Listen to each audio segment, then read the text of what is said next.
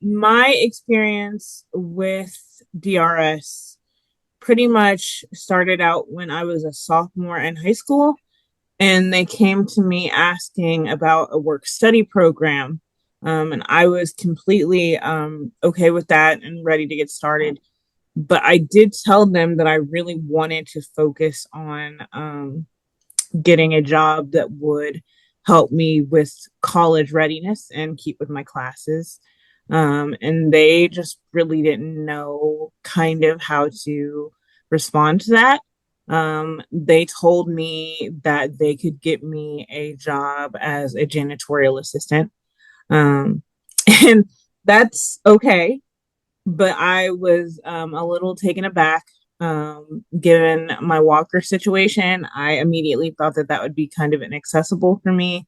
Plus, again, my main concern was focusing on academics.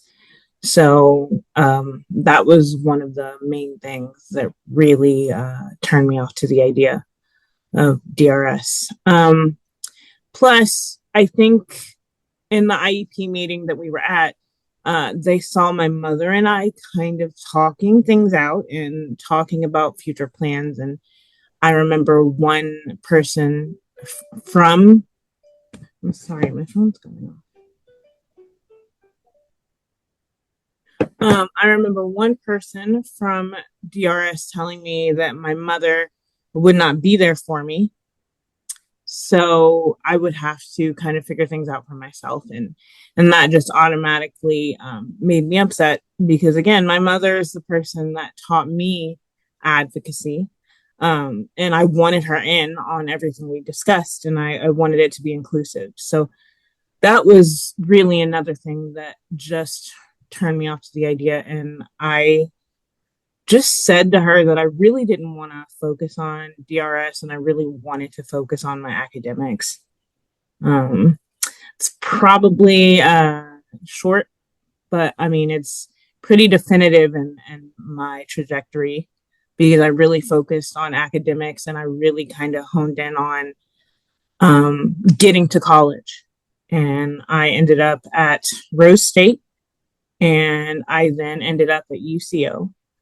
So it all kind of worked out. But again, it's just something that I remember from when I was 16. I remember from when I was 16. So what about you, Bryce?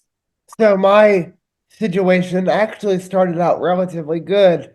My initial interaction with DRS started when I was about 16 to 17 years old. They they assigned a DRS caseworker to my IEP meetings starting when I was 16 years old. And my initial caseworker was amazing because I originally wanted to get a degree in sports broadcasting and I wanted to go to the University of Oklahoma State in Stillwater. And she was amazing. And she said, "Well, what do we need to do to get him down to Stillwater? What are the things that he would need to flourish in Stillwater?" But um after, my in the middle of my senior year, I decided that UCO was the better option because it was closer to home and it was only like 10 minutes from where I lived versus almost an hour. So I signed up with DRS for my brother to be my aide, and they paid him monthly to like be like my aide to like help me with like lunch and notes and stuff like that. And that was relatively great until my DRS caseworker had moved on, and I was placed with another DRS caseworker. Now, it all started out great with this new caseworker. They had gotten me a new handicap accessible vehicle, and they had paid for the modifications, and they had renovated my shower and stuff, which I was very grateful. And they helped me put in a ramp, for my house, which was relatively, I still use it to this day, which is wonderful. But here's where the decline began. After I graduated from college, I decided to, start figuring out what I wanted to do with the rest of my life. I decided that I wanted to get a my insurance license and focus on helping individuals with disabilities, find Medicare insurance and be, a fixture in the disability community that way. And my DRS caseworker informed me that the insurance industry might be a little difficult for my disability. That she had had a former case subject try to get into the insurance agency, and it was too difficult for her. And she said that something a little bit more suitable would be Goodwill or Pizza Hut or Walmart greeter or something along those lines. And I said to her respectfully, I said, ma'am, I spent 5 years getting a degree in college. I said, all those options are great and wonderful. I'm not denying that. But I said, I want a career versus a job. I don't want to be put in a box. I don't want my disability to be encaged and me not be able to advance in my life. And she said, well, I just don't think that that would be a great opportunity for you. And I said, well, respectfully, I would rather close my case and try to make it on my own and prove to myself that I can make it on my own than be told by a service that I am not capable of doing this. You are supposed to serve the disability community, yet you are telling me that my disability is holding me back from accomplishing something that I am fully capable of doing. If I'm not fully capable of doing it, that's my decision to decide, not yours. And if I can't do it, then I will try something else. But you didn't even support that decision. You automatically said, well, I don't think it's a good idea. So therefore, you should try this. That would be demeaning to what I just spent 5 years trying to accomplish. And, you know, I just got really frustrated. And I contemplated it for a couple weeks and I talked it over with my mom and I said, because I was really struggling because I was like, I don't want to close the case and then not find something that I'm passionate about because I want to. Then I fell in love with public speaking. And I was like, well, I haven't really been booked anywhere, so I don't want to bite my hand off to spite my face. But I think it was a blessing in disguise because shortly after I closed my case, I got the email that I had been accepted to Lynn. And honestly, that was the greatest blessing because it showed me where I needed to be and that I could make it on my own with the right opportunities. And I think DRS is a wonderful program. I'm not bashing them because they do a lot of wonderful things, but there are a lot of holes and a lot of retraining that needs to be done and reevaluation of how they handle some of their objectives and how they handle, dealing with cases and stuff. I think it's a wonderful agency, but I think that they have a lot of work to do. And I think that um, hiring us, individuals with lived experience, would be the best option for them. Having individuals with disabilities helping others with disabilities, finding what they're passionate about. I agree. And I think Chuck and I have kind of talked about this, and I think you and I have talked about this before, Bryce. Um, I'm not really sure DRS kind of understands how to do academia, like Right. to think about jobs that reflect kind of academia and schooling. Right. So I think that that should also be included in the training, but you're absolutely right. I think that maybe a disability culture class could also be beneficial. And you're absolutely right. It's a great play. It's a great resource. But I think training would be beneficial. And I'm glad to know that someone around my age has had similar experiences because I really thought that maybe I was just being uh, Yes. I really thought that maybe I was just being too harsh when I was younger, and so I didn't even really like to think about my DRS experience. I just wanted to move forward and try to do what I could do. I want I want a tag team of that because I too felt alone because I was like, that's the only resource I know. I don't know any other resources. I wasn't told any other resources. So like I don't know who to reach out to. I don't know who how to make connections. I said I was 21, 22 years old. I didn't know that there were other, you know, places and other people that I could reach out to. And it made me very frustrated because I was like, if I give up these services, what am I going to do? Mhm. And I agree with what you said, like not having a lot of resources beyond that.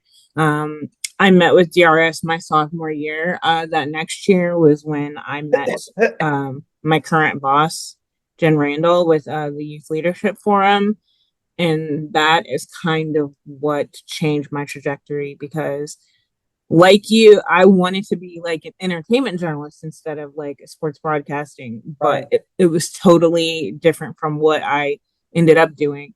right. Um, I'd never really, I knew that I had a disability. I knew that that was part of my life, but I never really understood and I never really got disability culture until I went to the Youth Leadership Forum. I never really had a taste of independence until I went to the Youth Leadership Forum being on my own. So, Yes. yeah. Yeah. And I want to briefly touch on what really made me change my trajectory as far as disability culture. I've known Chuck or known about him since I was 15 years old. And, I find it interesting that it took almost 10 years of knowing Chuck or interacting with Chuck before we actually got to work together. I joke when I interviewed for Lynn that it was finally time that we got to work together, and he really made me realize, and I think what really made me realize that advocacy was where I wanted to be, especially in the disability realm, is how much Chuck wants individuals with disabilities to find their voice and to bring it out of people. And and I think that's why Chuck pushes so hard, and wants the best for people because if he sees you have potential, he's gonna squeeze and squeeze and squeeze that diamond till he presses it. And I think that's why these conversations need to happen because if they don't, then change will never happen. Absolutely. And yeah. And I know that we talked yesterday in one of our meetings, Bryce, about having disability role models.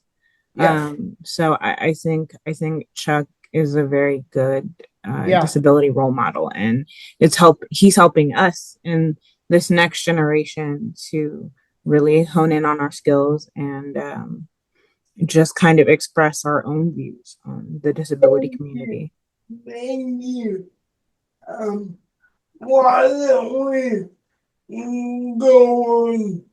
Absolutely. Yeah, sure. Um, what would you tell a young person who is thinking about the transition process? I guess I can start out with this one. This is a very, oh boy, this is a very interesting question because now that I'm older, I can now answer this honestly because now I have experience and I have years under my belt as an advocate now. I can say, make sure, first thing I would say is make sure you have a tribe of people that have your back 100% and that you guys find the resources and find the community services that best fit you and really try to find where. Yeah, we weren't even thinking about it, when we were 17. Right. We were just, yeah. But I think the important thing is that we did eventually figure out what we needed to do. It's not about, when we figure out something, it's that we do and that we take what we've learned to help other people. And so one thing that I would say to young people is just don't give up. Um, Yeah. like you, Bryce, when I graduated from college, I graduated in the height of a pandemic. But even after that, it took me so long to find this job and to find something that I was really passionate about doing. I substituted. Um, but I think one thing that I would say is just not to give up because it took me so long to find a job that Yes. I like really was passionate about. It took me so long to find a job that Yes. I like really was passionate about. I subbed for a long time. I did odd like temp jobs for a long time. I did fellowships at I think it's called Disability Belong now, but it used to be called Respectability. Um, so there were just a lot of things that I was doing to really try to figure out what I wanted to do. And it was because of my connection with Jen Randall that I found this job and that I was able to really jumpstart my advocacy career. So yeah, just don't give up. And I know that it's frustrating and it's hard. And I'm not gonna lie, I went through a lot of mental stress trying to find a job, and it really took a hit on my confidence. But Yes. I'm slowly building it back up, and you know, but it's really hard, but just don't give up.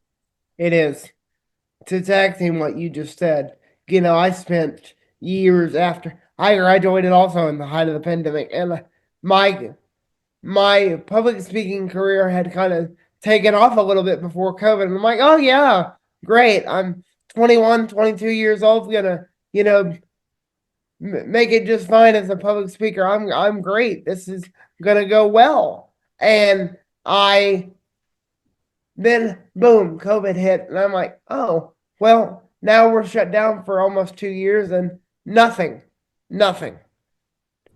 And honestly, at first, I hated Zoom. I thought Zoom was the stupidest thing created because I was like, this is gonna last a week. People are gonna get tired of looking at people on a screen. They're gonna just go crazy, and it's just not gonna last very long. But honestly, and we've talked about this in partners, and we've even talked about this in our meetings, and I think Chuck and I have spoken about this several times. Zoom has made individuals with disabilities lives so much easier because they can be a part of something without leaving the comfort of their home. Absolutely. Do you have any suggestions or recommendations for your idea providers? Um, I would just say listen to people with lived experience, honestly. It kind of goes back to what Bryce said about really hiring us and listening to what we have to say. Because, a lot of people might talk about, how people with disabilities, need to be hired and, that they don't see a lot of people with disabilities being hired.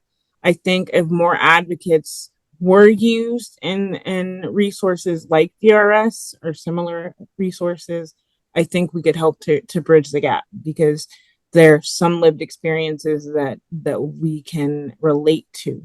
Um, so I think that's the biggest thing. Bryce, do you want to chime I in? agree. I think building relationships and communicating, because they only see the disability advocacy from 9 to 5.